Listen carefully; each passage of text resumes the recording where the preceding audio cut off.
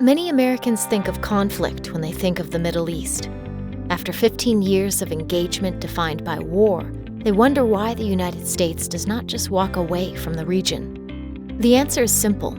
Walking away is not an option. Turmoil in the region impacts the entire world, and the United States has vital interests at stake. The good news is that the United States can take specific actions to change the trajectory of the Middle East.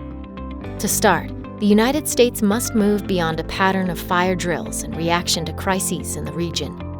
That is why the Atlantic Council's Middle East Strategy Task Force, a bipartisan initiative led by former Secretary of State Madeleine Albright and former National Security Advisor Stephen Hadley, has developed a durable strategy to break the cycle of conflict and elevate positive developments in the Middle East.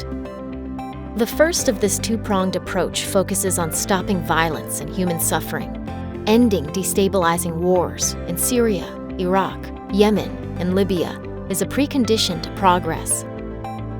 The region cannot do this alone. Outside powers, including the United States, must help broker negotiated settlements that not only end these conflicts, but sustainably address grievances that led to their outbreak. That is why the second prong of the new strategic approach puts the onus on regional actors to pursue inclusive and just governance that represents the interests of all their citizens, including youth, women, and minorities. Regional governments should invest in their citizens and empower them to enact positive change. The governments must realize that the most valuable resource is their people. There are green shoots of progress that these governments must foster. The region's citizens, particularly its youth, are actively seeking to improve their futures through activism, entrepreneurship, and innovation. But they need support. To this end, the United States should help the governments of the Middle East restructure their education systems to prepare students for 21st century jobs.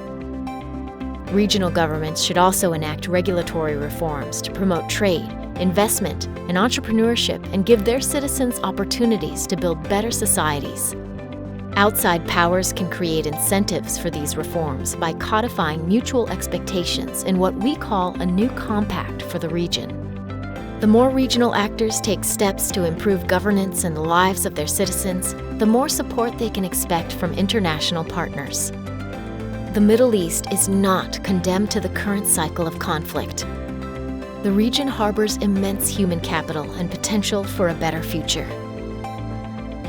It is time for us to bet on the people of the Middle East, to make change and surpass current expectations of what is possible in the region.